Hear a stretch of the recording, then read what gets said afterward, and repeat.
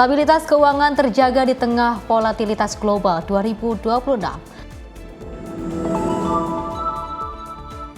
BPOM meraih status WHO Listed Authority.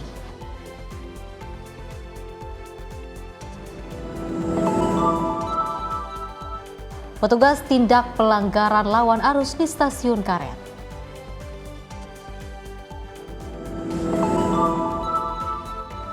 Pesawat Smart Air mendarat darurat di laut.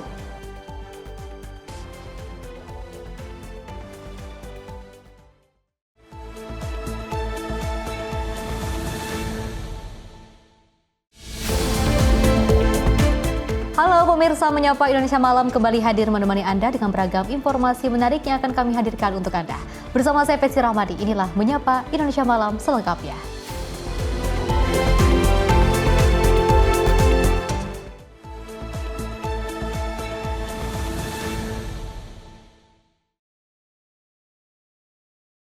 Pemirsa, kita awali dengan berita utama di mana Menteri Keuangan Purbaya Yudi Sadewa mengatakan KSSK akan terus memantau kondisi ekonomi dan juga sektor keuangan.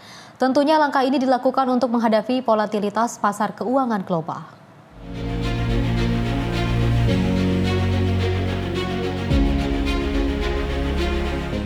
Dalam konferensi pers hasil rapat berkala KSSK 1 tahun 2026 pada Selasa 27 Januari di Jakarta, Menteri Keuangan Purbaya Yudi Sadewa menyampaikan bahwa kondisi fiskal, moneter, dan sektor keuangan Indonesia tetap terjaga sepanjang triwulan 4 2025.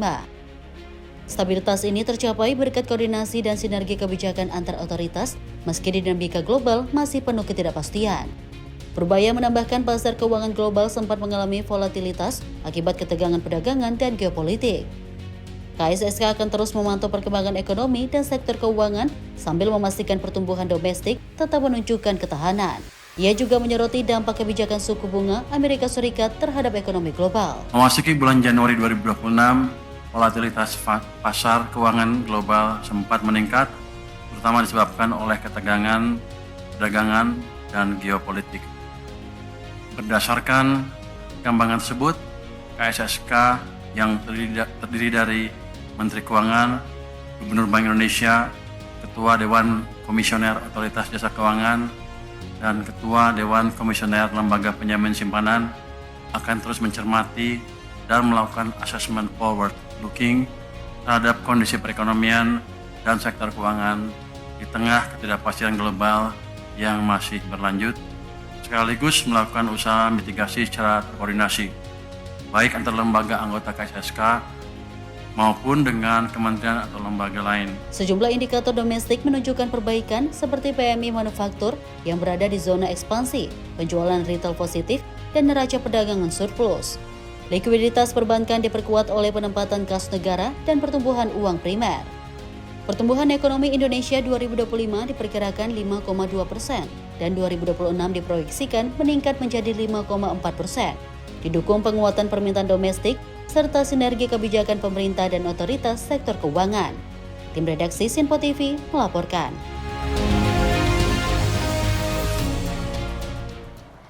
Di sisi lain, pemirsa, Menteri Luar Negeri Sugiono menegaskan keikutsertaan Indonesia dalam Board of Peace tidak akan disertai dengan kewajiban iuran keanggotaan. Tentunya partisipasi Indonesia dalam forum internasional tersebut bersifat kontribusi sukarela untuk mendukung upaya perdamaian dan juga rekonstruksi Gaza. Menteri Luar Negeri Sugiono menegaskan keikutsertaan Indonesia dalam Board of Peace tidak disertai dengan kewajiban iuran keanggotaan.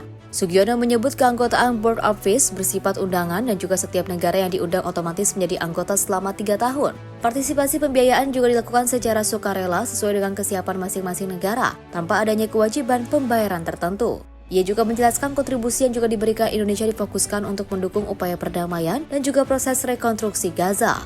Hal tersebut sekaligus menegaskan komitmen Indonesia dalam diplomasi perdamaian tanpa membebani keuangan negara di luar mekanisme yang telah ditetapkan. Presiden memutuskan untuk ikut berpartisipasi. Jadi gini, ini bukan membership fee, tapi kalau kita lihat kronologinya bahwa pembentukan Board of Peace ini merupakan suatu upaya untuk bisa menyelesaikan situasi di Gaza pada khususnya dan Palestina, termasuk upaya rekonstruksi. Terus rekonstruksi ini siapa yang bayar? Kan seperti itu. Uangnya dari mana? dananya dari mana, kan seperti itu. Oleh karena itu anggota-anggota yang diundang itu diajak untuk berpartisipasi di situ, yang tentu saja ada keuntungan lain, yaitu merupakan anggota tetap dari board office. Enggak, tidak ada. Itu semua negara yang diundang itu entitled untuk menjadi member selama 3 tahun. Itu bunyi charternya. Jadi kalau misalnya ikut berpartisipasi yang 1 miliar, itu artinya dia permanen. Dari Jakarta, Vanida Fariskiano, Simpo TV melaporkan. Pemirsa, Menko Agus Harimurti Yudhoyono menegaskan bahwa nilai demokrasi dan juga prinsip moral universal perlu kembali menjadi kompas global. Tentunya pesan tersebut disampaikan AHY dalam peringatan Hari Kemerdekaan ke-77 Republik India di Jakarta.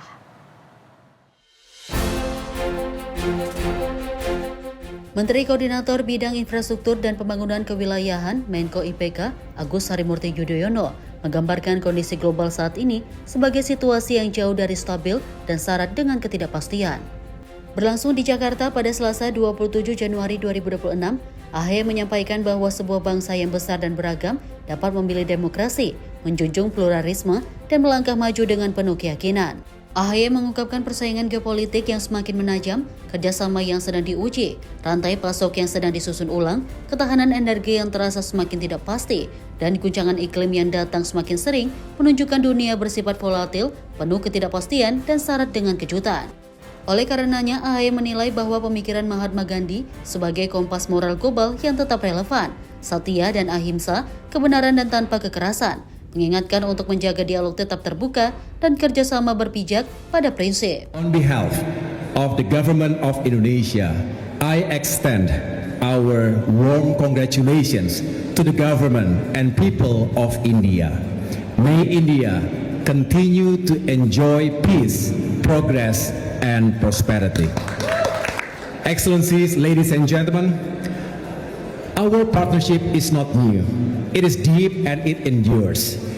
In recent years, that friendship has taken meaningful steps forward. President Prabowo Subianto's state visit to India in January last year and his honor as chief guest at India's Republic Day was a significant moment. May India, under the leadership of Her Excellency President Drupadi Murmu and His Excellency Prime Minister Narendra Modi, continue to prosper. And may Indonesia and India continue to build together, and may our friendship remain as ancient as our civilizations and as ambitious as our shared future.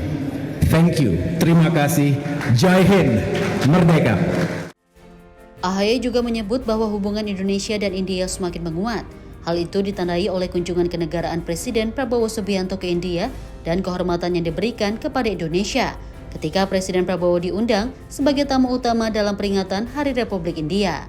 Tim redaksi Simpo TV melaporkan. Selain itu, pemirsa, Menteri Pendidikan Dasar dan Menengah Abdul Muti menerima audiensi dari Yayasan Save the Children di Jakarta.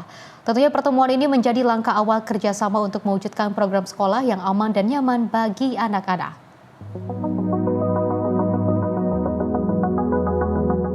Menteri Pendidikan Dasar dan Menengah Abdul Muti menerima audiensi dari Yayasan Save the Children pada Senin 27 Januari 2026 di Jakarta. Audiensi ini bertujuan membangun kolaborasi dalam mewujudkan lingkungan sekolah yang aman, nyaman, dan ramah anak. Kolaborasi dilakukan dengan melibatkan pihak sekolah, orang tua, serta masyarakat.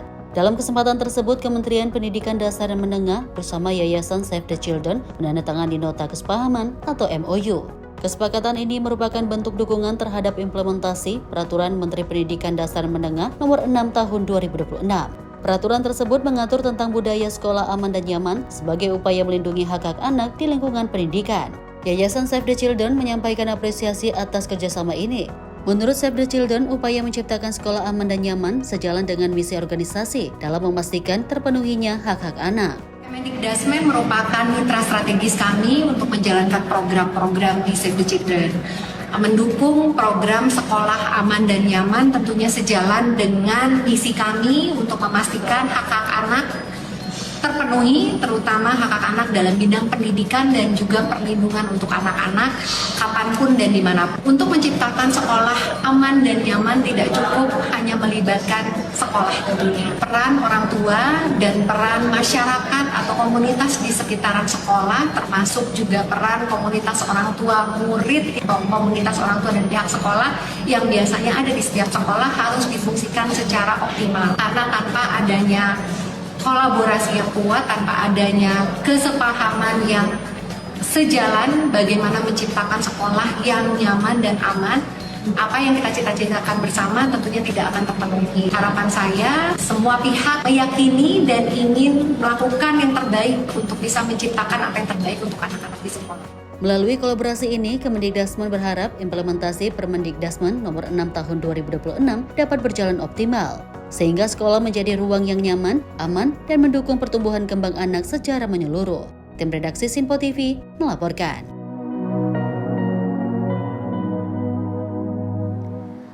Sementara itu pemirsa, TNI bersama dengan tim gabungan melakukan upaya dalam pemadaman kebakaran hutan dan lahan atau Karhutla di Kabupaten Aceh Selatan. Langkah ini dilakukan untuk mencegah api merambat ke permukiman warga serta meluas ke kawasan hutan lainnya. Kebakaran hutan dan lahan kembali terjadi di sejumlah wilayah Kabupaten Aceh Selatan Selasa 27 Januari 2026. TNI bersama tim gabungan segera diterjunkan untuk melakukan pemadaman, sekaligus mencegah api mendekati permukiman warga. Pemadaman dilaksanakan di Kecamatan Bangkongan dan Trumon Timur dengan melibatkan personil TNI, Polri, BPBD serta BKSDA. Puluhan hektar lahan milik masyarakat dilaporkan terbakar akibat cepatnya perambatan api di tengah kondisi cuaca panas. Meski dengan medan sulit dan akses terbatas, personel gabungan terus berupaya memadamkan api dengan peralatan yang ada. Selain menggunakan pompa air, pemadaman juga dilakukan secara manual untuk menjangkau titik api di area terpencil. Hingga saat ini, sejumlah titik api berhasil dikendalikan, namun pemantauan dan pemadaman lanjutan masih terus dilakukan guna mencegah api kembali menyala. Yohana Bila, Sinpo TV melaporkan.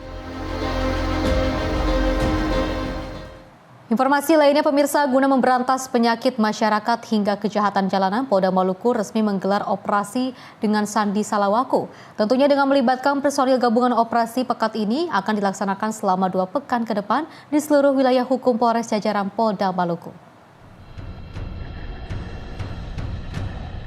Polda Maluku beserta Polres jajaran pada Rabu 28 Januari 2026 menggelar apel gelar pasukan dalam rangka operasi penyakit masyarakat atau pekat. Apel gelar pasukan dengan Sandi Salawaku ini berlangsung di lapangan Tahapari, Tantuwi, Kota Ambon. Kegiatan ini melibatkan tim gabungan TNI Polri serta instansi terkait lainnya. Operasi pekat Salawaku yang dilaksanakan di 10 kabupaten dan kota di wilayah Maluku ini akan berlangsung selama 2 minggu penuh. Adapun sasaran utama dalam operasi ini adalah praktik perjudian, peredaran miras ilegal, prostitusi hingga aksi kejahatan jalanan yang meresahkan warga. Kapolda Maluku Irjen Polisi Dadang Hartanto menegaskan khusus untuk operasi pekat kali ini, penekanan akan dilakukan pada pemberantasan peredaran minuman keras ilegal. Diketahui peredaran miras ilegal saat ini masih marak terjadi dan kerap menjadi pemicu utama tindak kriminalitas hingga terjadinya gesekan antar kelompok masyarakat. Kenal di masyarakat itu namanya molimo.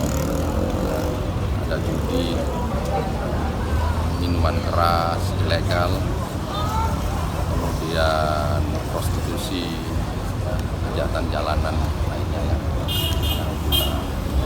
yang menjadi sasaran. Tetapi tentu sasaran prioritas itu kita arahkan yang dapat memicu terjadinya gesekan ataupun perkelahian, perilaku kekerasan, bahkan perilaku kelompok.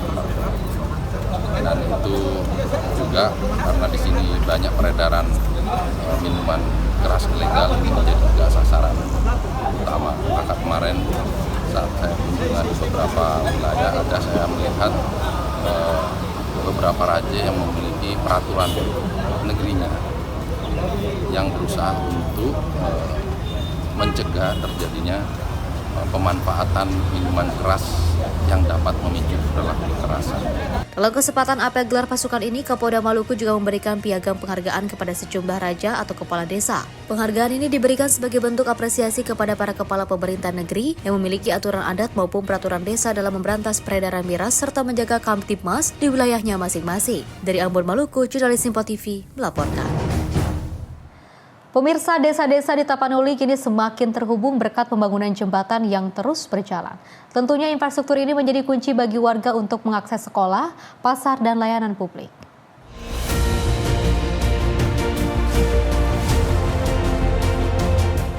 Banjir bandang dan longsor yang melanda Sumatera akhir November lalu meninggalkan dampak luas bagi masyarakat desa. Pemulihan infrastruktur menjadi prioritas untuk memastikan kehidupan warga kembali normal. Pemerintah terus mempercepat perbaikan wilayah terdampak, khususnya pembangunan jembatan yang menjadi penghubung vital antar wilayah di Tapanuli Tengah, Sumatera Utara.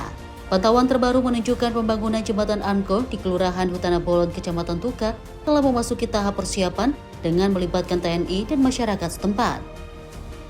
Selain itu, jembatan gantung juga dibangun di Bonalumban, Kampung Mudik, Desa Ujung Batu, dan Desa Simpan untuk membuka kembali akses ke pusat ekonomi, sekolah, dan layanan publik. Langkah ini sejalan dengan arahan Presiden Prabowo Subianto yang menekankan pentingnya kehadiran negara tidak hanya saat tanggap darurat, tetapi juga dalam pemulihan jangka menengah dan panjang. Dengan terus dibangunnya jembatan, desa-desa di Tapanuli Tengah kian tersambung, memberi masyarakat harapan dan peluang untuk bangkit pasca bencana. Tim redaksi Simpo TV melaporkan. Pemirsa, pedagang es gabus yang juga viral di media sosial diberikan bantuan sepeda motor dan modal usaha oleh Kapolres Metro Depok. Tentunya Kapolres memberikan bantuan agar Sudrajat dapat kembali memulai usaha.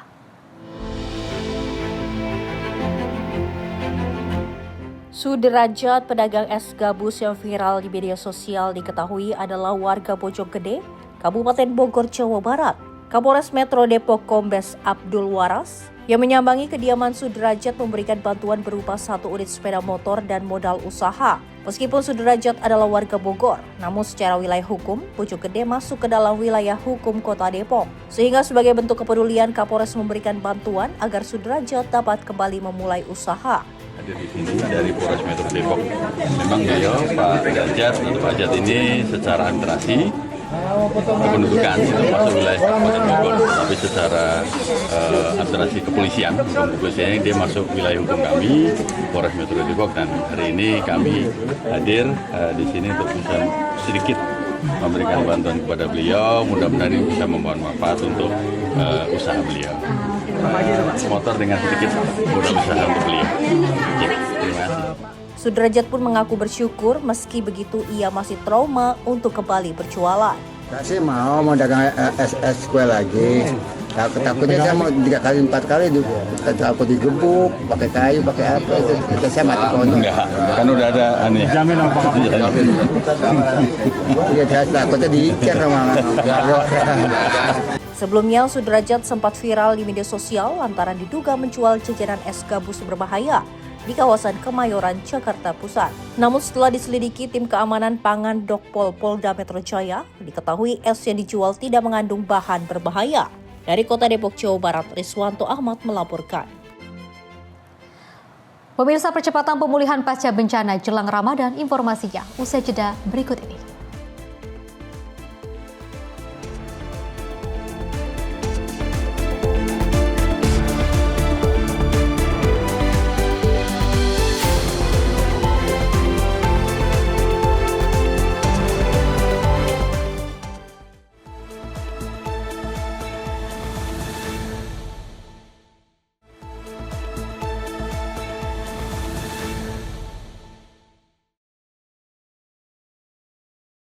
Terima kasih pemirsa, Anda masih bersama kami dan kita lanjutkan informasinya. Dari Badan Pengawas Obat dan juga Makanan atau BPOM ini mencapai prestasi tertinggi di tingkat global dengan meraih status WHO Listed Authority atau status pengakuan resmi dari Organisasi Kesehatan Dunia. Tentunya capaian ini pemirsa menempatkan BPOM Indonesia sejajar dengan otoritas regulator obat dunia seperti FDA Amerika Serikat dan juga badan regulator internasional lainnya.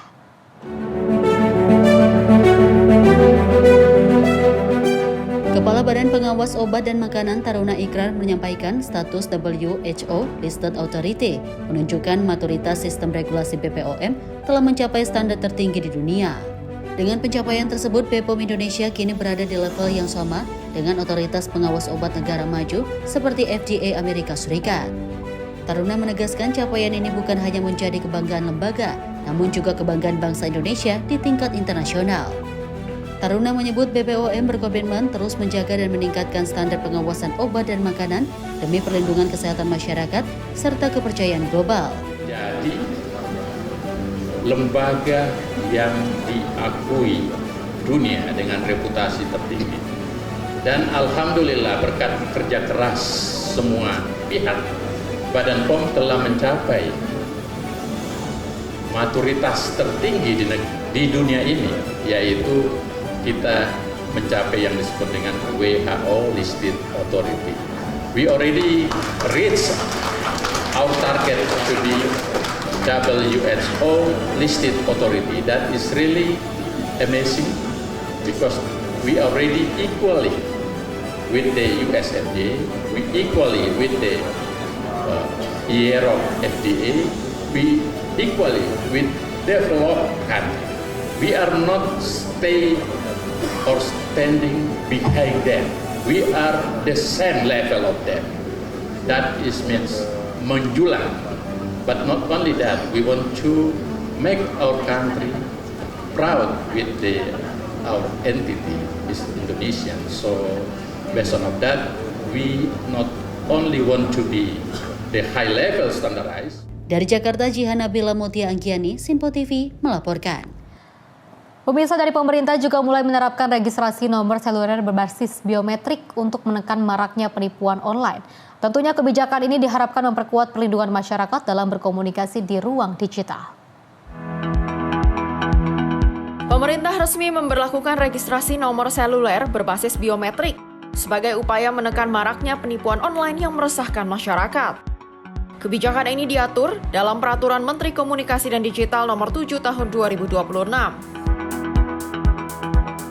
Menteri Komunikasi dan Digital, Mutia Hafid, menjelaskan penipuan daring dan penyalahgunaan nomor anonim menjadi salah satu keluhan utama publik dalam beberapa tahun terakhir.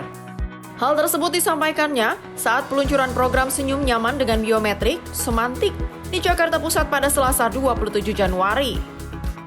Melalui sistem ini, registrasi kartu SIM dilakukan menggunakan verifikasi wajah yang terhubung dengan NIK. Kita insya Allah memulai era baru registrasi pelanggan seluler menggunakan data kependudukan biometrik berupa pengenalan wajah. Semantik, Senyum Nyaman, dan Biometrik mencerminkan komitmen kita untuk menghadirkan layanan yang ramah, aman, dan bertanggung jawab, sekaligus juga memperkuat fondasi kepercayaan dalam ekosistem digital nasional. Jadi, Bapak Presiden telah menugaskan kepada kami untuk bagaimana menjaga ranah digital ini sejak awal. Dan tentu dalam kerangka itu kami perlu menerjemahkan dalam beberapa hal. Salah satunya adalah dengan program yang terkait dengan pengamanan para pelanggan untuk terhindar dari kejahatan-kejahatan digital melalui tata kelola SIM card. Kejahatan digital yang paling banyak terjadi saat ini hampir seluruhnya, sekali lagi hampir seluruhnya, bergantung pada penggunaan SIM card yang tidak tervalidasi secara sah. Penipuan online, sekali lagi kami ulang, scam call, merupakan kejahatan yang paling dominan.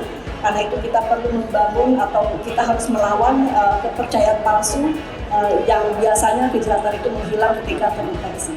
Hari ini 27 Januari 2026 melalui Permen Komdigi nomor 7 tahun 2026 tentang registrasi pelanggan jasa telekomunikasi melalui jaringan bergerak seluler, kita sempurnakan pedoman baru untuk penyelenggaraan seluler dengan registrasi pelanggan berbasis biometrik atau pengenalan wajah.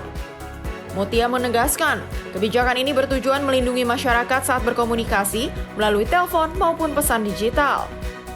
Pemerintah juga membatasi jumlah nomor seluler dalam satu identitas, serta mewajibkan operator seluler menjaga keamanan data pribadi pelanggan sesuai ketentuan hukum.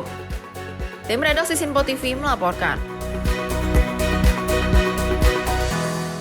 Informasi lainnya, pemirsa, pemerintah mendorong pemanfaatan produk dalam negeri untuk memenuhi kebutuhan pelaksanaan ibadah haji dan juga umroh, mulai dari bumbu, masak, makanan siap saji hingga beras. Upaya ini tentu diharapkan dapat mengalirkan manfaat ekonomi haji kepada pelaku usaha mikro, kecil, dan menengah di Indonesia.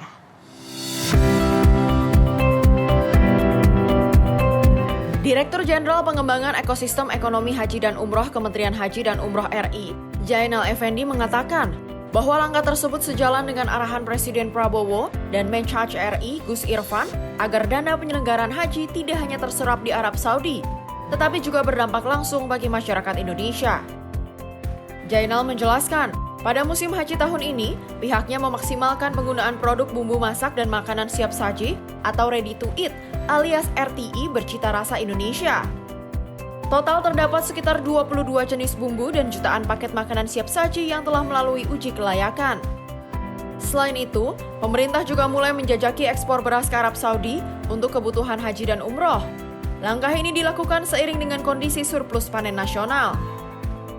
Yang sudah jalan selama ini dan tahun ini kita maksimalkan adalah terkait dengan bumbu ya. Bumbu, aneka bumbu yang ini cita rasanya Indonesia.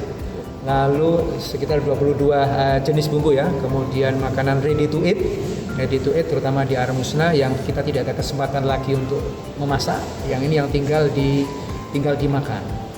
Nah, kebetulan kita juga sudah melakukan terkait dengan penyiapan bumbu 22 item dan RTE ini untuk kita lakukan test food. Sudah kita lakukan, para supplier penyedianya ini 10 perusahaan di RTE, 10 perusahaan di bumbu. Mereka memiliki kualifikasi untuk melakukan ekspor ke Saudi dari SFDA, otoritas BPOM-nya Saudi. Lalu kita adakan tes food dan cita rasanya sudah Indonesia semua. Total tonase dan juga total perputaran uang berapa Pak? Bumbu ini di tahun ini sekitar 400 sekian ton ya, 400 ton lebih lah ya. Kemudian RTE-nya itu kita di sekitar 3.900.000 paket ya untuk bisa dikonsumsi di sana. Ini yang harapannya bisa menjadi kesempatan untuk bisa dirasakan oleh masyarakat pelaku usaha mikro kecil menengah di Indonesia. Dan yang terbaru ini adalah sebagaimana harapan Pak Presiden, Pak Menteri menyampaikan ke kami bahwa sudah saatnya Indonesia melakukan ekspor beras. Kemenhaj RI juga telah memetakan potensi produk oleh-oleh haji dari dalam negeri seperti kurma lokal, tasbih, hingga coklat agar belanja jamaah dapat dilakukan di Indonesia. Tak hanya itu, berbagai produk UMKM Indonesia seperti tasbih dari Jepara dan coklat dari Garut juga memiliki peluang besar untuk mengisi pasar oleh-oleh haji dan umroh. Dari Asrama Haji Pondok Gede Jakarta, Ferdi Setiawan, Sinpo TV melaporkan. Pemirsa, MRT Jakarta terus mendorong perluasan jaringan ke wilayah penyangga, salah satunya yaitu ke Balaraja Kabupaten Tangerang, Provinsi Banten. Langkah ini pemirsa dilakukan untuk mengurangi penggunaan kendaraan pribadi serta meningkatkan konektivitas transportasi massal antar wilayah. Dirut MRT Jakarta Tuhiyat menyampaikan sebagian besar penumpang MRT saat ini berasal dari wilayah penyangga seperti Tangerang, Tangerang Selatan, Depok, Bogor, hingga Bekasi. Menurutnya kondisi tersebut menjadi dasar bagi MRT Jakarta untuk mendorong konektivitas transportasi massal antar wilayah agar masyarakat tidak lagi menggunakan kendaraan pribadi ke dalam kota. Tuhiyat menegaskan perluasan jaringan ke arah Balaraja Kabupaten Tangerang saat ini masih dalam tahap kajian dengan melibatkan Kementerian Perhubungan, Pemerintah Provinsi DKI Jakarta, serta pemerintah daerah di Provinsi Banten. Adapun kajian tersebut meliputi aspek pemerintahan, keuangan, hingga teknis trans dan stasiun yang juga akan ditindaklanjuti melalui penandatanganan nota kesepahaman dalam waktu dekat. MRT Jakarta, tingkat kemacetan yang ada di Jakarta itu tidak lepas dari adanya penumpang yang datang dari area penyangga. Ada Tangerang, Tangerang Selatan, Depok, Bogor, Bekasi, dan sebagainya. Nah, oleh karena itu, kita sadar atas dasar itu MRT aktif sekarang. Artinya apa? Mendorong masing-masing pemerintah, mendrive pemerintah. Dari sisi Jakarta, dari sisi kalau yang tadi acara adalah Banten, termasuk Kabupaten Tangerang dan termasuk Provinsi Banten. Kita sudah melakukan komunikasi intensif. Apa tujuannya? Supaya bisa terkoneksi secara cepat, sehingga penumpang yang dari sana tidak membawa mobil pribadi, stop di sana, masuk MRT. Nah, bagaimana proses selanjutnya? Setelah dilakukan komunikasi, kami atas seizin dari Kementerian Perhubungan, kemudian kita komunikasi dengan Pak Gubernur, tentunya Pak Gubernur Jakarta dan Pak Gubernur Banten, ya sudah 2 kali kalau tidak salah ya kita. Kemudian juga kita audiensi dengan bupati dan sebagainya. Itu disepakati untuk melakukan kajian. Kajiannya apa? Banyak. Kajian dari sisi kelembagaan, kajian dari sisi keuangannya seperti apa skemanya, kajian dari sisi trase dan stasiun. Ini akan dilakukan Memorandum of Understanding kurang lebih dalam bulan-bulan inilah. Dari Jakarta, Jian Nabilah, Mutia Angkiani, Simpo TV melaporkan.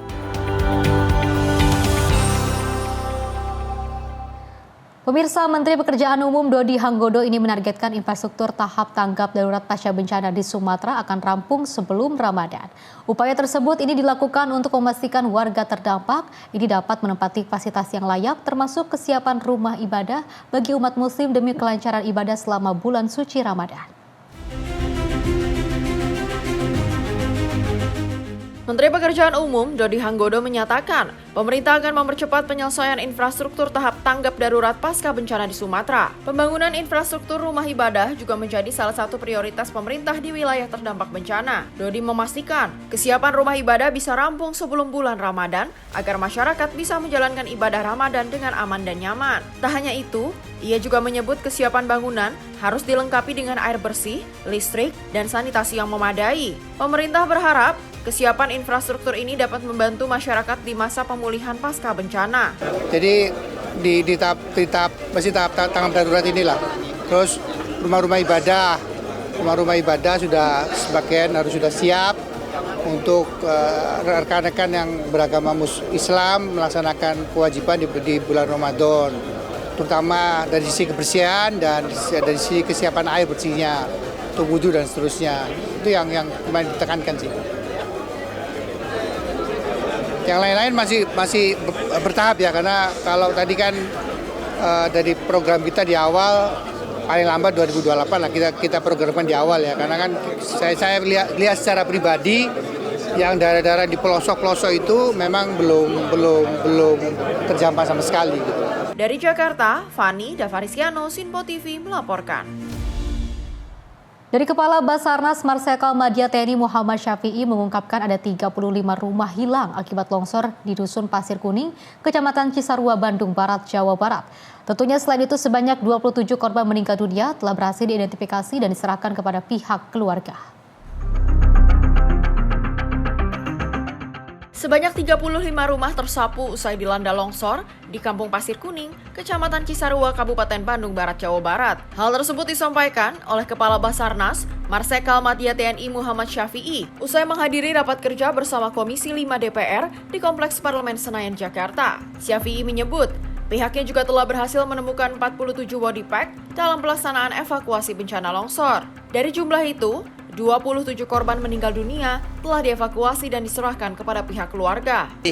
Saya sampaikan kepada rekan-rekan media bahwa pelaksanaan operasi SAR hari keempat bencana longsor yang terjadi di Kampung Pasir Kuning, Desa Pasir, Kecamatan Cisarua, Kabupaten Bandung Barat. Saya sampaikan per hari ini jam 17.30 bahwa body pack yang kita temukan dari tim SAR gabungan jumlah ada 47 body pack dan ini sudah kita serah terimakan. Kemudian update dari hasil konsolidasi kepada pemerintah daerah bahwa waktu hari pertama pemerintah daerah memberikan informasi kepada Badan SAR Nasional bahwa jumlah masyarakat yang terdampak adalah 34 kepala keluarga dan 133 warga yang terdampak.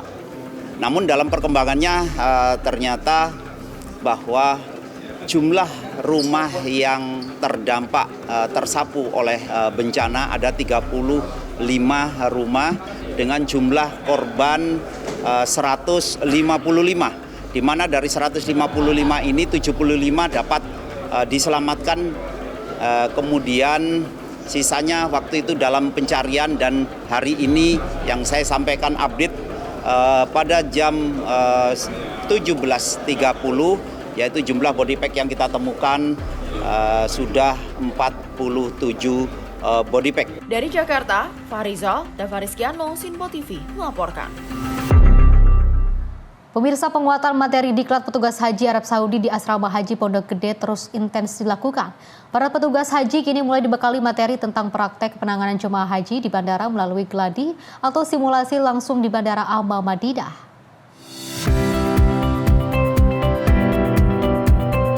Petugas haji daerah kerja bandara mengikuti gladi atau pelatihan penerimaan kedatangan jemaah haji di Komplek A Asrama Haji Pondok Gede, Jakarta.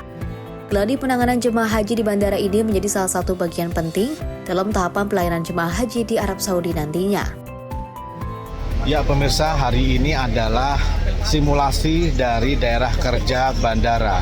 Sekarang semua petugas haji yang ada di bandara akan dijelaskan secara langsung dan detail dengan mensimulasikan seolah-olah di kawasan ini adalah menjadi salah satu kawasan bandara yang harus dilayani oleh seluruh petugas haji yang kebagian tugas di wilayah daerah kerja bandara. Inilah keramaiannya menuju salah satu tempat untuk simulasi di Kompleks A yang seolah-olah ini diperlakukan sebagai bandara. Para petugas sedang menyaksikan simulasi bagaimana kedatangan dari para jamaah di bandara. Sejumlah petugas menyimak dan juga mengikuti satu persatu peragaan studi kasus dan juga trik penanganan jemaah haji, seperti diantaranya saat menenangkan, mengendalikan, menangani jemaah haji agar para petugas tahu persis apa yang harus dilakukan. Simulasi penanganan jemaah haji ini dinilai sangat penting agar para petugas haji dapat mengetahui secara detail dan jelas tentang strategi dan juga antisipasi jika terjadi permasalahan saat para jemaah haji pertama kali tiba di Bandara Arab Al Madinah. Jangan burung busu, jangan takut, dan lain sebagainya. Nanti ada petugas-petugas yang akan menyelesaikan permasalahan jemaah-jemaah yang di Indonesia. Mudah-mudahan dengan adanya latihan-latihan yang diberikan seperti itu, ada contoh misalnya hilang paspor, kemudian pisah rombongan, ini kaitannya dengan lansia, bisa para petugas haji ini, calon petugas haji ini nanti di Arab Saudi tidak ada kesulitan untuk mengatasi seperti itu. Ya, jadi latihan ini sangat mendukung sekali untuk para tusi-tusi, baik itu tusi linjam, tusi imigrasi, tusi yanpul dan lain sebagainya, tahu seperti ini cara mengatasinya. Demikian Pak. Secara umum kata kunci tadi apa Pak sebulannya? Kata kunci dari peragaan. Kata kunci dari peragaan tadi yaitu adalah bagaimana seorang petugas haji dapat menyelesaikan masalah dengan solusi yang secara langsung di situ di lapangan. Tidak perlu panik berarti Pak ya? Tidak usah panik-panik ya. Thank you Pak. Para petugas haji menjadi lebih paham dengan metode gladi atau pelatihan ini karena satu persatu mitigasi dilakukan secara jelas melalui peragaan simulasi di bandara. Dengan demikian, para petugas tahu persis apa yang harus dilakukan, seperti di antara studi kasus saat insiden hilangnya paspor jemaah, tertukarnya koper jemaah hingga contoh kasus saat jemaah haji tertinggal oleh rombongan. Jemaah haji terdapat kejadian koper jemaah tertukar antara dua jemaah haji. Setelah dilakukan pengecekan, diketahui bahwa salah satu koper yang tertukar tersebut berisi uang dalam jumlah banyak milik jemaah lainnya. Sejumlah petugas haji dari masing-masing layanan seperti layanan lansia dan disabilitas, layanan bimbingan haji, dan layanan perlindungan jemaah melihat langsung penanganan kasus atau insiden tak terduga saat sejumlah jemaah haji pertama kali tiba di Tanah Suci. Ahlan wa sahlan ya akhi. Ahlan wa sahlan. Alur pergerakan jemaah haji pun diperagakan oleh petugas layanan transportasi hingga diantar ke bus, untuk selanjutnya diantarnya ke penginapan atau hotel yang juga selanjutnya akan dilayani oleh para petugas haji di sektor 1 dan 2.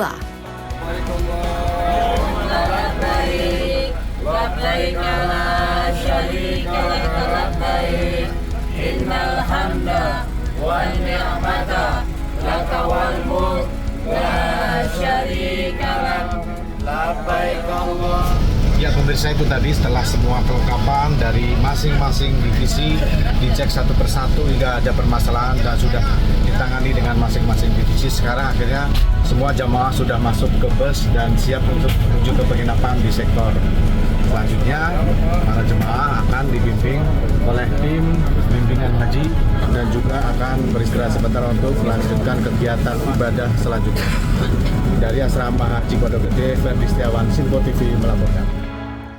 Pemirsa, viral wali kota Filipina ditembak RPG. Informasinya usai jeda berikut ini.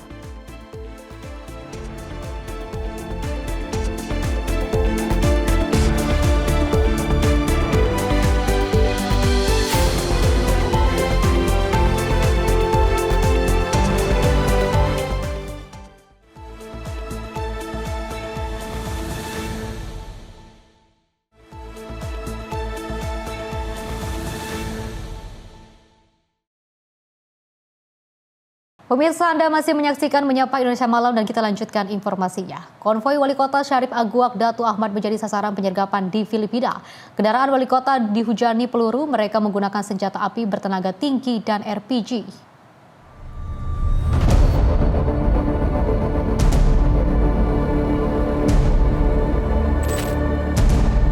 Sekelompok pria bersenjata berat menyergap konvoi Wali Kota Syarif Aguak, Maguindanao del Sur, Filipina, Ahmad Ampatuan pada Minggu pagi 25 Januari 2026. Melansir Xinhua pada Senin 26 Januari 2026, polisi mengatakan penyergapan terjadi pada Minggu pagi sekitar pukul 6.00 ketika Wali Kota Syarif Aguak sedang berpergian dengan kendaraan anti pelurunya dengan pengawalan. Menurut penyelidik, para tersangka berada di dalam sebuah minivan putih ketika mereka melepaskan tembakan dan juga melemparkan granat berpeluncur roket ke arah konvoi wali kota di sudut jalan Maguindanao, Barangay Madar Poblacion. Kendaraan pengawal wali kota juga dihujani peluru. Selama serangan itu, tambah polisi dalam laporan GMA Regional TV, rekaman kamera pengawas memperlihatkan dua tersangka bersenjata keluar dari sebuah van kecil. Salah satu dari mereka terlihat membawa senjata RPG dan juga melepaskannya ke arah kendaraan jenis SUV yang juga ditumpangi oleh wali kota. Rekaman tersebut menunjukkan granat menghantam kendaraan dan juga menimbulkan kepulan asap. Meski mengalami kerusakan, SUV wali kota masih mampu melaju. Kendaraan tersebut kemudian berhenti di tengah jalan, disusul dengan terdengarnya beberapa kali tembakan di udara. Mobil pengawal wali kota yang dipimpin oleh PFC Manuel Arcega Don Diego langsung membalas tembakan. Dalam situasi tersebut, para tersangka berhasil melarikan diri dari lokasi kejadian. Pihak berwenang melancarkan operasi pengejaran yang juga menghasilkan baku tembak singkat yang mengakibatkan kematian 3 orang tersangka. Senjata api berkekuatan tinggi ditemukan dari minivan tersebut, sementara Wali Kota Ahmad Ampatuan dilaporkan tidak mengalami luka. Namun PFC Manuel Arcega Don Diego dan juga 1 orang lainnya mengalami luka akibat baku tembak yang terjadi. Tim redaksi Simpo TV melaporkan. Pemirsa, pemadaman listrik besar-besaran melanda ibu kota Greenland Nuuk pada Sabtu 24 Januari 2026. Seluruh kota dilaporkan gelap gulita setelah terjadi insiden yang juga memutus pasokan listrik. Pemirsa, sejumlah infrastruktur juga penting termasuk layanan polisi dan internet ikut lumpuh akibat pemadaman ini. Sebuah insiden dilaporkan memicu pemadaman listrik total di kota Nuuk, ibu kota Greenland pada Sabtu 24 Januari 2026. Akibatnya sebagian besar kota dilanda kegelapan total. Rekaman dari lokasi menunjukkan jalanan kota tanpa penerangan, warga dan pengendara terpaksa mengandalkan lampu kendaraan dan senter untuk beraktivitas. Sejumlah pengunjung restoran tampak duduk dalam kondisi gelap tanpa listrik. Otoritas setempat menyebut pemadaman dipicu oleh sebuah kecelakaan. Insiden ini memutus pasokan listrik bagi hingga 19.000 warga dan juga melumpuhkan infrastruktur penting, termasuk saluran telepon polisi serta layanan internet. Perusahaan energi milik Greenland, Nuki Siorfit, menyatakan saat ini tengah melakukan penelusuran gangguan untuk memulihkan pasokan listrik ke jaringan. Pemadaman ini terjadi di tengah memanasnya dinamika politik internasional terkait Greenland. Sebelumnya, wilayah ini menjadi sorotan setelah Presiden Amerika Serikat Donald Trump menyatakan bahwa kepentingan keamanan Amerika atas Greenland. Trump juga sempat mengumumkan tarif terhadap 8 negara Eropa setelah penempatan pasukan di Greenland. Namun, tarif tersebut dicabut usai pembicaraan dengan Sekretaris Jenderal NATO Mark Rutte. Meski ketegangan diklaim mereda, para pemimpin Eropa tetap menggelar pertemuan darurat di Brussels. Dalam pidatonya juga di Forum Ekonomi Dunia Davos, Trump menyatakan tidak akan mengambil Greenland dengan kekerasan namun menekankan tekanan politik terhadap Eropa. Tim redaksi Simpo TV melaporkan. Di sisi lain, pemirsa, petani karet di Desa Hutatonga, Angin Barat, Kecamatan Tambangan, Kabupaten Mandailing, Natal, Sumatera Utara dikagetkan dengan adanya kemunculan 2 ekor beruang yang hitam di lahan mereka. Akibat kejadian tersebut, para petani kini diliputi rasa khawatir dan takut untuk beraktivitas ke kebun seorang diri.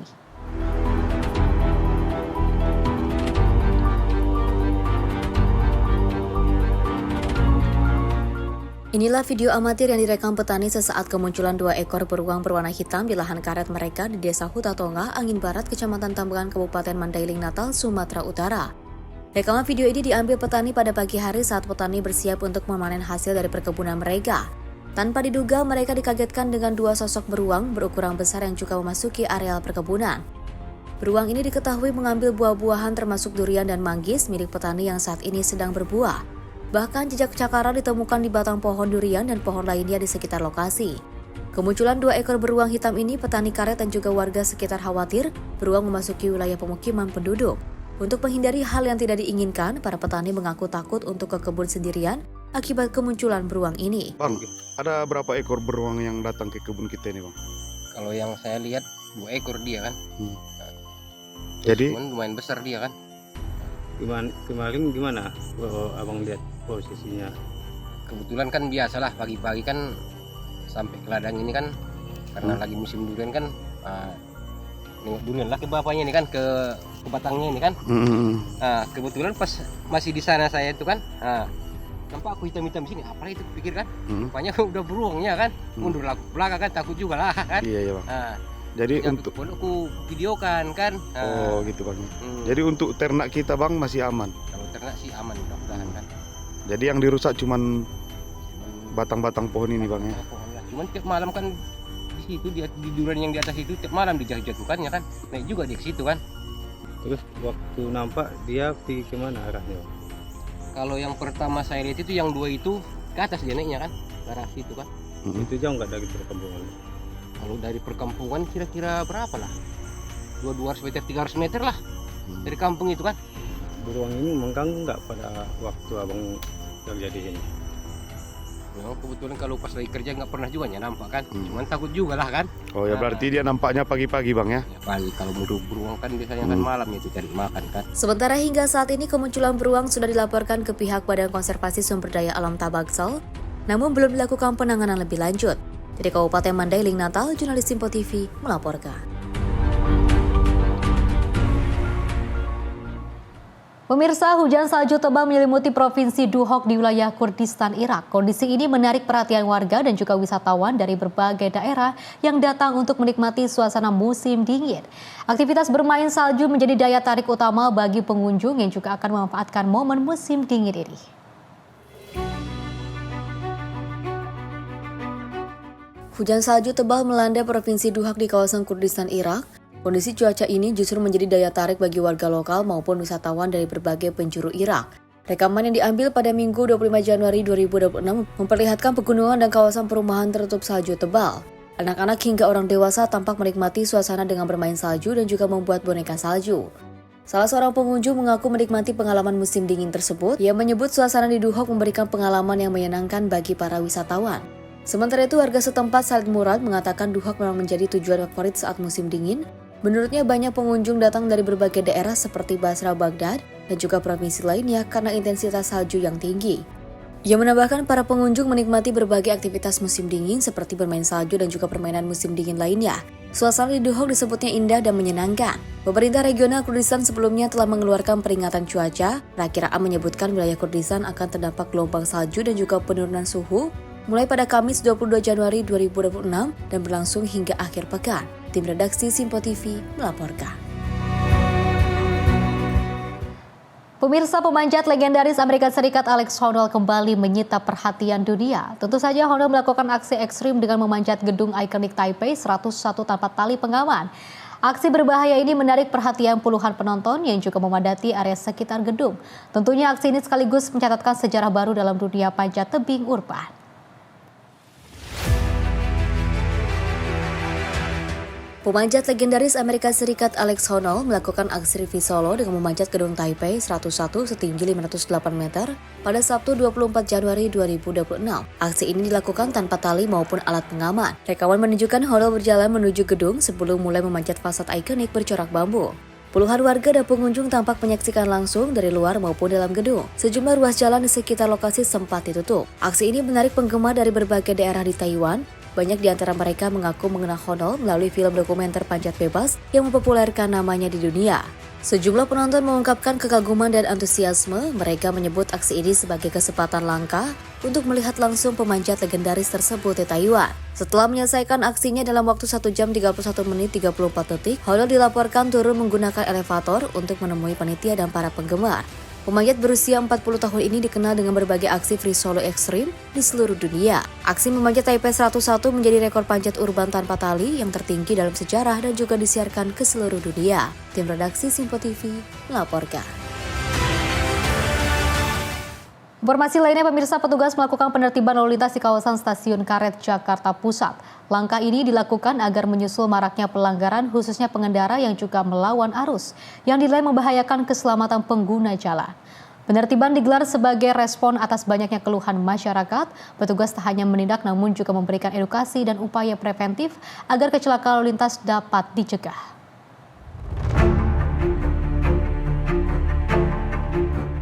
Penertiban lalu lintas dilakukan di kawasan Stasiun Karet menyusul banyaknya laporan dan keluhan dari masyarakat. Pengguna jalan dinilai masih sering melakukan pelanggaran yang memicu kemacetan dan membahayakan keselamatan. Petugas di lapangan melaksanakan tindakan penertiban sekaligus upaya preventif, khususnya terhadap pengendara yang melakukan pelanggaran prioritas, yaitu melawan arus lalu lintas. Pelanggaran melawan arus dinilai sangat membahayakan, baik bagi pengendara itu sendiri maupun pengguna jalan lainnya. Namun dalam penertiban ini, petugas masih menemukan pengendara yang abai terhadap keselamatan. Kondisi ini menjadi sorotan karena ketertiban berlalu lintas tidak bergantung pada ada atau tidak adanya petugas di lapangan, melainkan merupakan tanggung jawab bersama demi keselamatan diri sendiri dan orang lain. Petugas berharap melalui penertiban ini kesadaran masyarakat dalam berlalu lintas semakin meningkat, sehingga keselamatan dan ketertiban di kawasan Stasiun Karet dapat terjaga. Tim redaksi Simpo TV melaporkan. Pemirsa, aksi pencurian dengan modus menyamar sebagai pemulung terjadi di salah satu rumah kontrakan di Desa Wanaherang, Gunung Putri, Kabupaten Bogor, Jawa Barat pada Senin 26 Januari 2026. Satu dari dua orang pencuri berhasil ditangkap oleh Ketua RT setempat saat berupaya akan kabur. Dua orang pelaku pencurian menyantroni salah satu rumah kontrakan milik seorang pedagang batagor di Kampung Telajung, Desa Wanaherang, Kecamatan Gunung Putri pada Senin 26 Januari 2026, sekitar pukul 5:30 waktu Indonesia Barat. Dengan berpura-pura sebagai pemulung, kedua pelaku memanfaatkan kondisi rumah yang sepi saat ditinggal penghuninya berbelanja ke pasar. Para pelaku masuk dengan cara menjebol jendela dan juga berhasil menggasak celengan berisi uang sekitar 7 juta rupiah, satu unit telepon genggam, serta satu buah tabung gas 3 kg. Aksi pencurian ini juga baru diketahui korban saat kembali dari pasar dan melihat rumahnya dalam kondisi berantakan. Korban kemudian melaporkan kejadian tersebut kepada Ketua RT setempat yang dengan sigap langsung melakukan pengejaran terhadap pelaku. Salah seorang terduga pelaku berinisial IK berhasil melarikan diri menggunakan sepeda motor yang dimodifikasi menjadi gerobak pemulung dengan membawa barang hasil curian. Namun satu pelaku lainnya berinisial TD berhasil ditangkap oleh Ketua RT dibantu oleh warga sekitar. Pelaku yang tertangkap sempat menjadi bulan-bulanan warga yang kesal sebelum akhirnya diamankan oleh pengurus RT Kemapolsek Gunung Putri guna proses hukum lebih lanjut. Zata Yumni, tim redaksi Simpo TV melaporkan. Bagi pemirsa yang hobi durian, tak lengkap jika belum datang ke Kabupaten Kulon Progro, Yogyakarta untuk menikmati durian premium jenis duri hitam atau blackthorn di tengah sejuknya perbukitan Menoreh. Membawa sensasi tersendiri saat menyantapnya. Berikut informasinya untuk Anda. Durian duri hitam atau blackthorn masih menjadi salah satu buah langka yang paling dicari bagi pecinta buah durian. Meski harga masih terbilang mahal, namun rasa lezat dari daging buah durian ini memiliki sensasi berbeda, hingga banyak warga yang berburu untuk dapat mencicipinya. di kebun durian Restu Bumi Samigaluh, Kabupaten Kulon Progo, menjadi salah satu kebun terbesar yang menawarkan wisata petik durian sejak 3 tahun silam. Pengunjung bisa berburu buah durian, memetik sendiri dan menyantapnya langsung di area ini. Menikmati durian premium di tengah hamparan hutan perbukitan menoreh membawa sensasi tersendiri bagi pengunjung. Rasa daging durian yang manis, tekstur lembut dan aroma yang tidak terlampau menyengat menjadikan durian duri hitam ini sangat digemari penikmatnya. Ini saya makan durian duri hitam. Ini tadi bedanya sama durian musangking itu, yang ini warnanya orange, sedangkan yang musangking itu warnanya kuning. Jujur ini pertama kali saya makan durian dan rasanya tuh enak banget. Ternyata manis, nggak kayak yang orang-orang bilang kalau durian itu ini ya bau ini. Ternyata enak banget karena ini pertama kali saya makan durian dan jujur ini enak banget. Saya suka, sumpah. Mantap. Tadi saya merasakan durian duri hitam. Rasanya seperti apa? Rasanya jujur lain dari durian yang biasanya karena dia emang benar-benar pertama legit, terus dia juga manisnya tuh beda gitu, terus ada kayak creamy gitu, makanya kenapa itu saya sebut beda dari durian yang biasanya. Terus juga baunya nggak terlalu menyengat gitu. Didampingi pemandu, pengunjung juga bisa melihat langsung proses perawatan tanaman durian di kebun ini.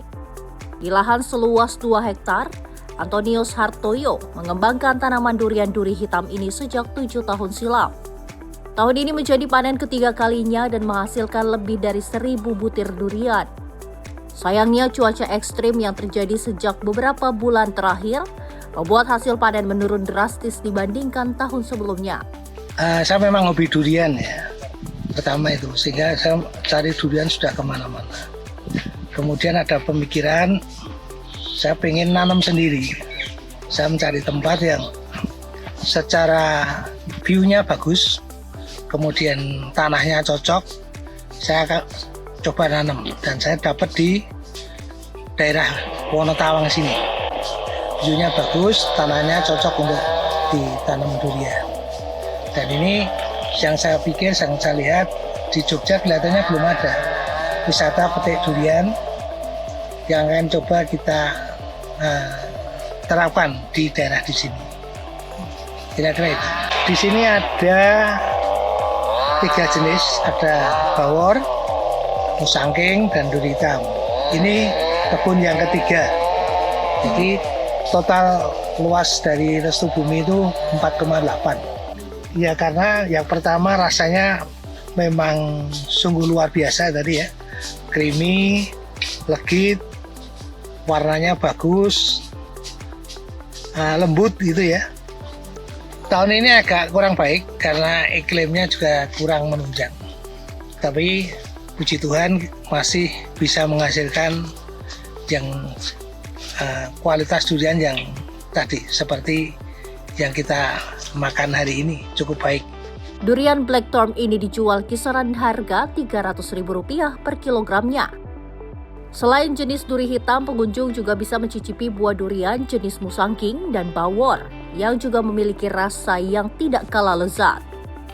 Selain dikunjungi warga di sekitaran Kulon Progo, wisata petik durian ini juga didatangi pengunjung dari berbagai kota di Indonesia, seperti di Jakarta, Bandung, Makassar, hingga Papua. Bahkan mantan Gubernur Jawa Tengah Ganjar Pranowo juga pernah mencicipi durian duri hitam ini. Tim redaksi Sinpo TV melaporkan. Kita beralih ke informasi lainnya, pemirsa. Aksi pencurian sepeda motor kembali terekam oleh kamera pengawas atau CCTV di wilayah Kebalen, Kecamatan Babelan, Kabupaten Bekasi, Jawa Barat pada Senin 26 Januari 2026. Motor milik petugas lapangan yang tengah bekerja raib dalam sekejap usai korban lalai tidak mengunci stang kendaraannya.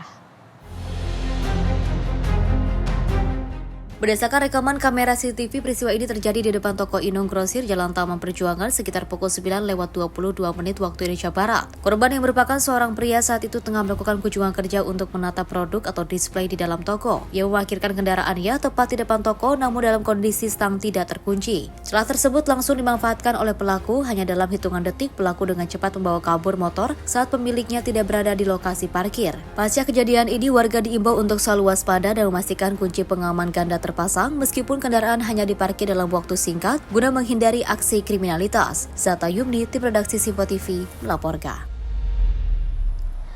Pemirsa, jambret tabrak pejalan kaki hingga tewas. Informasinya usai jeda berikut ini.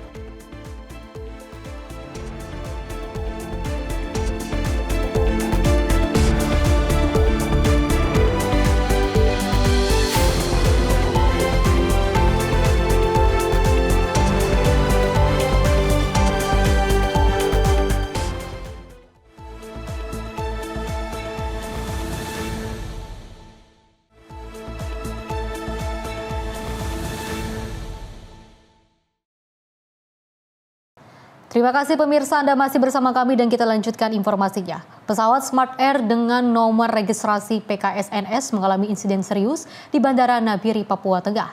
Pesawat yang juga dijadwalkan menuju Kaimana ini gagal lepas landas dan mendarat darurat di perairan laut pada Selasa siang 27 Januari 2020.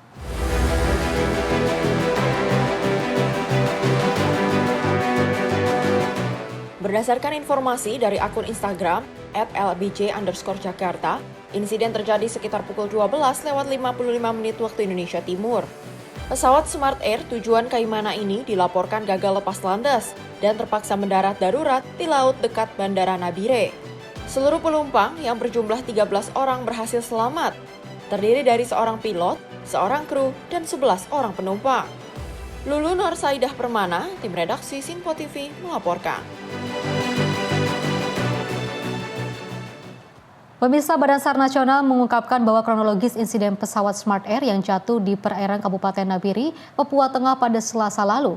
Kepala Basarnas Marsikal Madya TNI Muhammad Syafi'i mengatakan bahwa insiden pertama kali terdeteksi usai sistem emergency locator transmitter atau ELT pesawat aktif.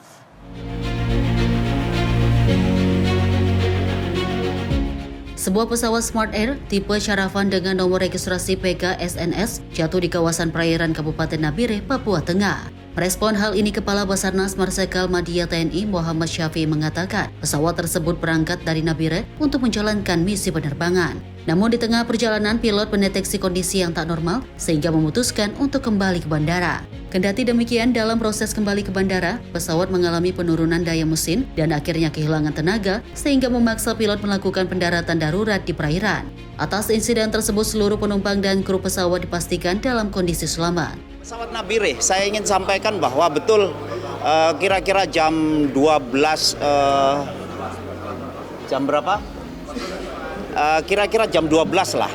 Jadi ada distress yang diaktifkan dari salah satu pesawat ILT dan ini dimonitor oleh LGUT kita yang ada di Badan SAR Nasional, dan dari situ Basarnas Command Center membroadcast adanya kejadian itu. Yaitu pesawat berangkat dari Nabire mau melaksanakan mission karena ada kondisi yang tidak normal, akhirnya memutuskan untuk return to base.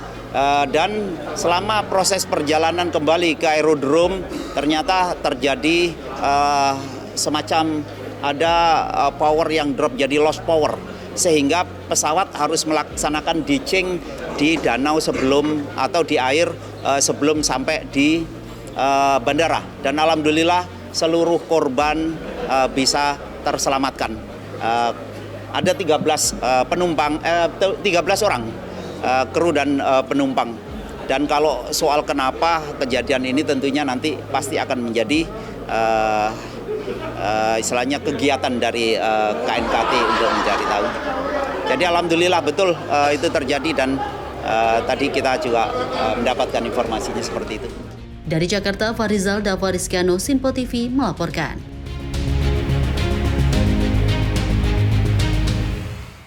Pemirsa, Bintara Pembina Desa Jinato menunjukkan respon cepat dalam penanganan kecelakaan laut yang juga menimpa kapal motor usaha mandiri 01 GT20 di perairan Pasikadabu, Desa Jinato, Kecamatan Takabonerate, Kabupaten Kepulauan Selayar pada Rabu 28 Januari 2026. Kapal yang juga berangkat dari Pelabuhan Lapas Sinjai menuju Pasitalu Timur tersebut menabrak karang akibat cuaca yang buruk, angin kencang, gelombang tinggi, dan juga jarak pandang yang terbatas. Pelan-pelan. Tenang, anak-anak dulu di bawah, anak-anak dulu. Insiden kecelakaan laut terjadi sekitar pukul 01.15 WITA yang mengakibatkan bagian bawah kapal hancur sehingga air masuk ke dalam kapal. Diketahui bahwa kapal tersebut mengangkut 12 orang, termasuk diantaranya seorang bayi berusia 3 tahun. Mendapat laporan darurat dari salah satu awak kapal, Babinsa Desa Jinato Sertu Ansar segera berkoordinasi dengan Pos Jagawana atau Polisi Kehutanan dan Kepolisian Perairan dan Udara untuk melaksanakan evakuasi. Upaya awal sempat terkendala kondisi air laut yang surut, namun setelah air pasang, tim gabungan bergerak cepat menuju lokasi kejadian. Sekitar pukul 4.00 WITA, seluruh awak kapal dan penumpang kapal berhasil dievakuasi dari lokasi kecelakaan dan dibawa ke daratan Desa Jinato. Pada pukul 05.30 WITA, seluruh korban tiba dengan selamat tanpa ada korban jiwa. Selain Babinsa, unsur Jagawana dan Polariot warga setempat juga turut membantu proses evakuasi. Keberhasilan penyelamatan ini menjadi bukti nyata kehadiran TNI Angkatan Darat, khususnya Babinsa di wilayah kepulauan, yang selalu siaga membantu masyarakat dalam situasi darurat. Tim redaksi Sinpo TV melaporkan. Pemirsa, kebakaran besar juga melanda pabrik di Jalan Komodor Laut Yosudarso, Kota Medan, Sumatera Utara. Hingga Rabu dini hari kebakaran belum juga padam, sejumlah kendala dialami petugas saat memadamkan api.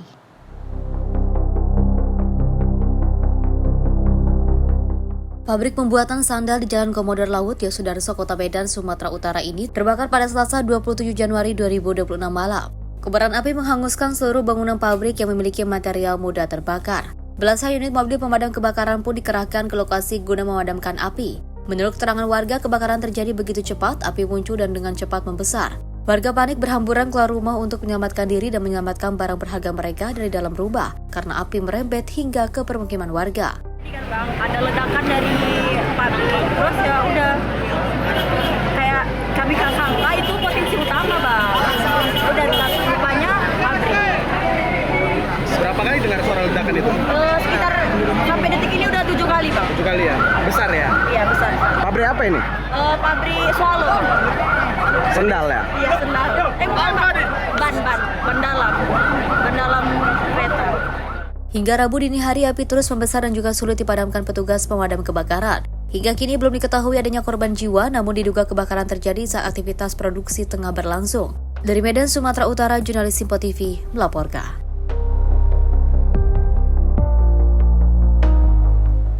Peristiwa lainnya, pemirsa, terduga pelaku jambret ini menjadi sasaran amuk warga setelah menabrak seorang pejalan kaki hingga meninggal dunia di Jalan Tengku Bey, Kota Pekanbaru pada Senin 26 Januari 2026. Warga yang juga kesal diduga membakar sepeda motor pelaku di lokasi kejadian.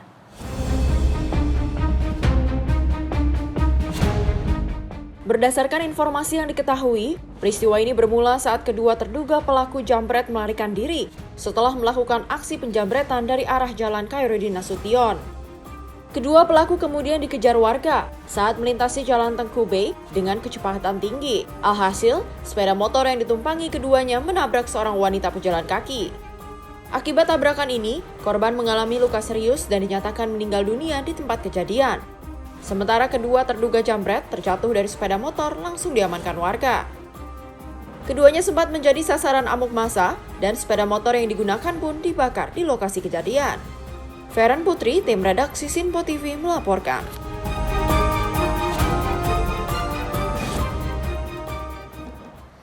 Pemirsa, kecelakaan maut terjadi di depan Bulog Karawang. Seorang tukang las ini tewas setelah tertimpa muatan besi dari mobil yang tersenggol kendaraan lain saat hendak parkir pada Selasa 27 Januari 2020.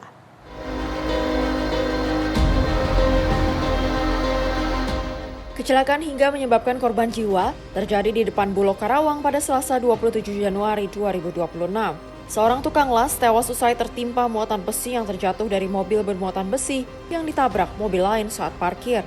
Petugas dan warga sekitar yang melihat kejadian berupaya menolong korban dan membawanya ke rumah sakit terdekat. Hingga saat ini pihak kepolisian masih melakukan penyelidikan lebih lanjut terkait penyebab kejadian. Tim redaksi Sinpo TV melaporkan. Pemirsa, misteri hilangnya seorang pensiunan guru lanjut usia berinisial C berusia 80 tahun asal kota Palembang akhirnya terungkap. Jenazah korban ditemukan dalam kondisi mengenaskan di area perkebunan kelapa sawit di wilayah Banyu Asin usai dilaporkan hilang sejak 2 pekan lalu dan korban diduga kuat menjadi korban pencurian dengan kekerasan atau curas.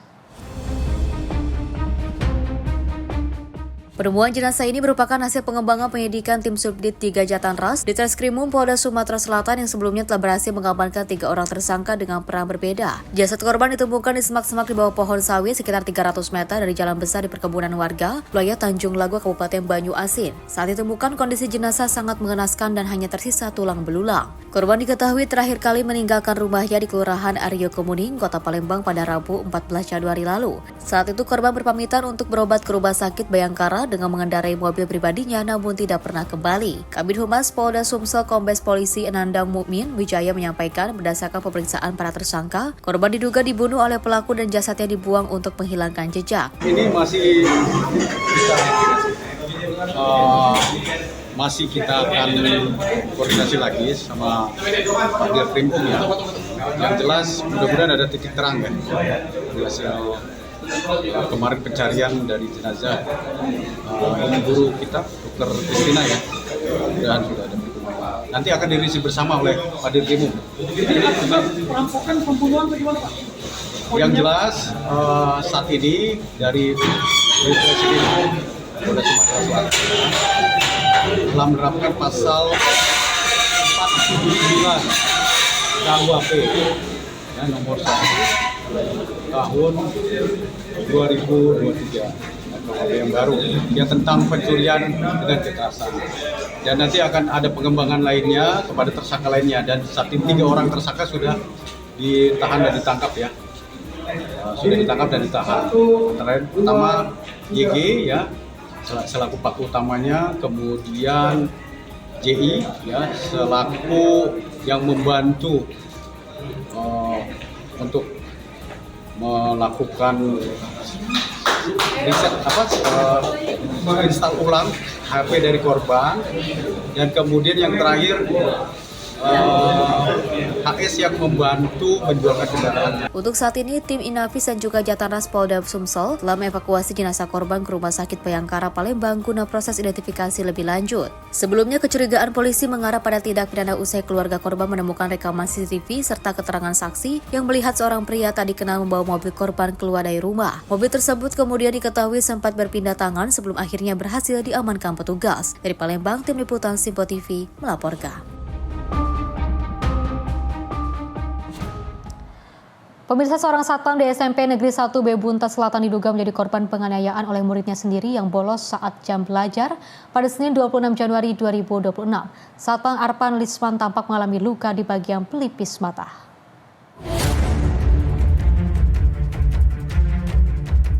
Sebuah video singkat yang memperlihatkan seorang pria berlumuran darah di bagian wajah viral di media sosial. Video tersebut disebut-sebut menampilkan seorang guru SMP di Kabupaten Luwu Utara, Sulawesi Selatan yang diduga dianiaya oleh muridnya sendiri. Dalam video yang beredar, pria bernama Apran Lisman tampak mengalami luka di bagian pelipis mata. Darah terlihat mengalir dan membasahi wajahnya. Narasi yang menyertai video menyebutkan Apran merupakan guru di SMP Negeri 1 Bay Bunta Selatan dan menjadi korban penganiayaan oleh seorang siswi berinisial MY. Berdasarkan informasi yang dihimpun, peristiwa itu bermula ketika Apran mendapati MY berada di luar lingkungan sekolah pada jam pelajaran. Korban kemudian menegur MY dan memintanya kembali masuk ke sekolah untuk mengikuti kegiatan belajar mengajar.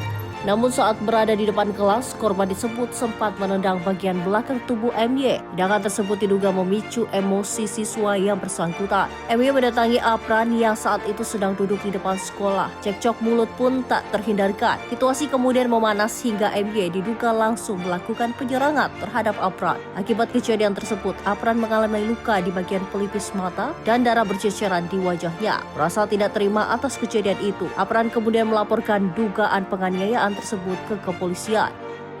Kapolres Luwu Utara AKBP Nugraha Pamungkas membenarkan adanya laporan terkait peristiwa itu. Ia mengatakan korban telah secara resmi melapor ke polisi. Namun demikian, Nugraha meluruskan informasi yang beredar di sosial media. Ia menegaskan bahwa korban bukan seorang guru, melainkan petugas keamanan di SMP Negeri 1 Baebunta Selatan. Saat ini kasus tersebut masih dalam proses penanganan oleh penyidik Polres Luwu Utara dengan memperhatikan prosedur hukum yang berlaku karena melibatkan anak di bawah umur. Tim redaksi Sinpo TV melaporkan.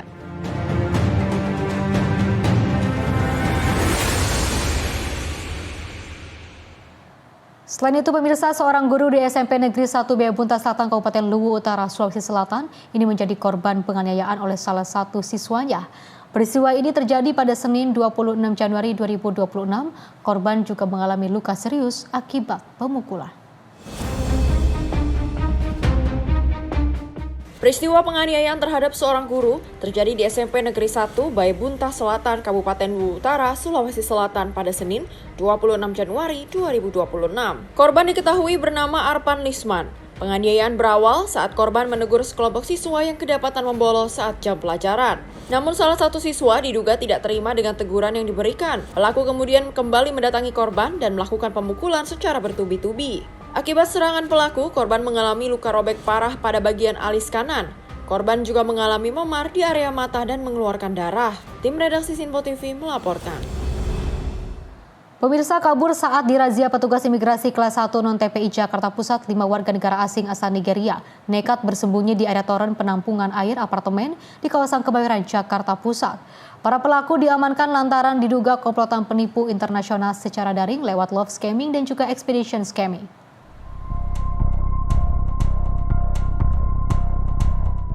Sejumlah warga negara asing asal Nigeria ini mencoba kabur saat dirazia petugas imigrasi kelas 1 non-TPI Jakarta Pusat di sebuah apartemen di kawasan Kemayoran pada malam tadi. Para pelaku berhasil ditangkap saat bersembunyi di area toren penampungan air di lantai atas apartemen. 5 pria warga negara asing ini diamankan lantaran diduga kuat terlibat dalam aktivitas jaringan penipuan internasional secara daring. Dari hasil pemeriksaan, petugas kelimanya berinisial CA, JCA, CFN, CCO, dan juga CO merupakan komplotan pelaku love scamming dan juga expedition scamming. Modus penipuan love scamming dilakukan melalui aplikasi Facebook di mana para korbannya adalah para wanita kaya dari berbagai negara seperti Sri Lanka, Jamaika, India, dan juga Amerika Serikat. Sementara untuk penipuan expedition scamming, para pelaku meretas aplikasi jasa ekspedisi dan menghubungi pemesan barang antar negara dengan alasan harus membayar biaya tambahan untuk melancarkan pengiriman barang pesanan. Selain melakukan aksi penipuan daring, para pelaku juga melakukan pelanggaran keimigrasian. Pada kesempatan ini, kantor imigrasi kelas 1 non-TPI Jakarta Pusat kembali mengamankan 5 orang warga negara Nigeria yang diduga melakukan scamming. Jadi modus operandinya itu bukan warga negara kita. Informasi korbannya itu warga negara Afrika. Warga negara Guatemala, Zimbabwe, atau negara-negara Afrika lah. Iya, semua negara Afrika. Jadi modusnya itu dia memberikan menghack platform mengenai kredit card ya.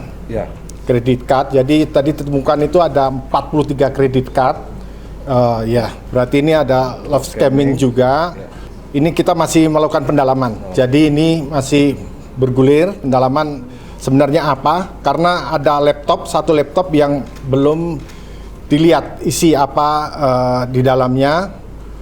Ini masih dilakukan pendalaman oleh teman-teman di kantor imigrasi kelas 1 non-TPI Jakarta Pusat. Sebenarnya ini partai-partai biasa kok, tidak barang-barang mewah. Jadi contohnya seperti penjualan baju-baju konveksi. Jadi yang dikirim ke negara tujuan di Afrika, jadi minta biaya lebih. Jadi untuk pengirimannya alasannya berbagai macam, contohnya ini kurang untuk biaya pajak, biaya cukai dan lain sebagainya. Pelaku ini melakukan WA, WhatsApp kepada pembeli-pembeli di sana dengan iming-iming keuntungan yang besar. Jadi tergiur lah. Jadi korban-korban ini tergiur dengan janji-janji dan Ya mungkin janji-janji itu aja. Jadi nanti mungkin ini kan masih belum ada pendalaman. Jadi nanti dari sementara itu aja bisa saya sampaikan. Dari salah satu unit apartemen yang jadikan markas para pelaku, petugas mengamankan sejumlah barang bukti berupa puluhan telepon genggam, belasan lembar kartu kredit dan juga ATM, komputer jinjing, dan sejumlah uang tunai. Selain akan dideportasi ke negara asal, kelima pelaku juga dicekal untuk kembali masuk ke Indonesia. Dari Jakarta Pusat, Riswanto Ahmad melaporkan.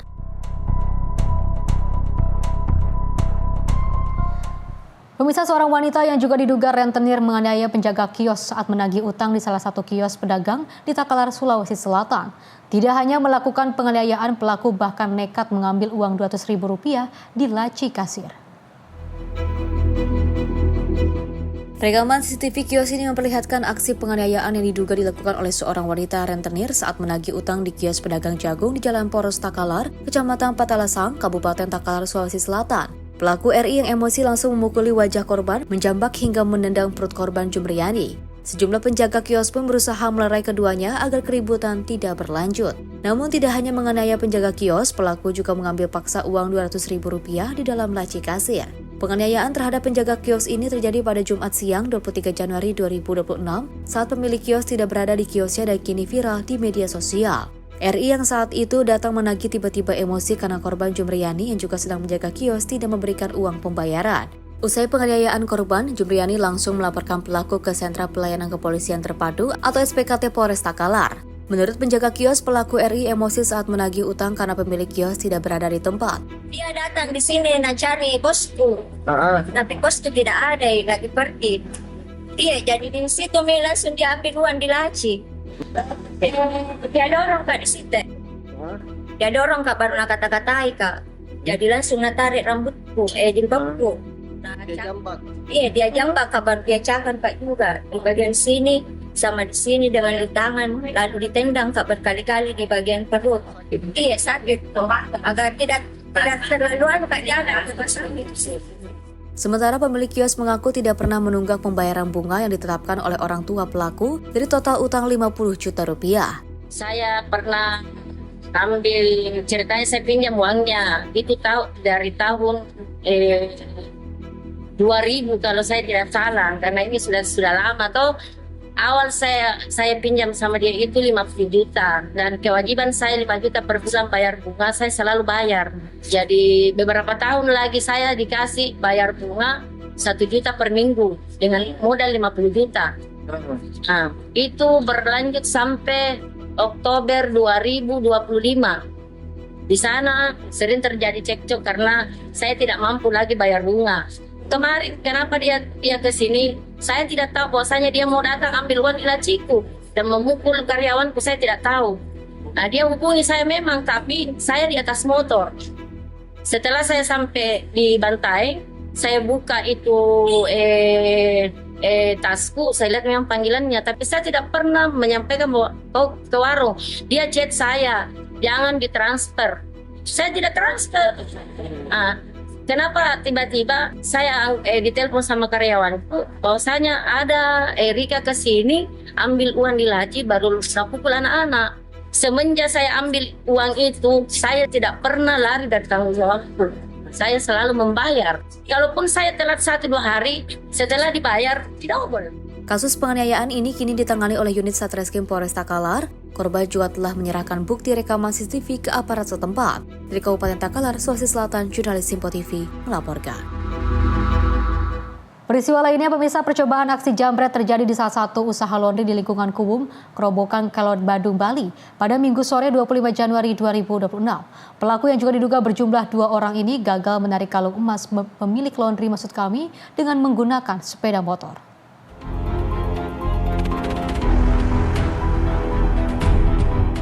Aksi jambret kalung emas terjadi di salah satu usaha laundry yang berlokasi di lingkungan Kuwum, Kerobokan, Kelot, Bali. Pelaku yang diduga berjumlah 2 orang ini mencoba menarik kalung emas milik pengusaha laundry menggunakan sepeda motor. Menurut keterangan warga, saat beraksi, kedua terduga pelaku berbagi peran. 1 orang terduga pelaku menunggu di atas sepeda motor, sementara 1 orang lainnya bertindak sebagai eksekutor. Dalam rekaman CCTV, terduga pelaku eksekutor terlihat mengobrol dengan korban, lalu mencoba menarik kalung yang dipakai korban.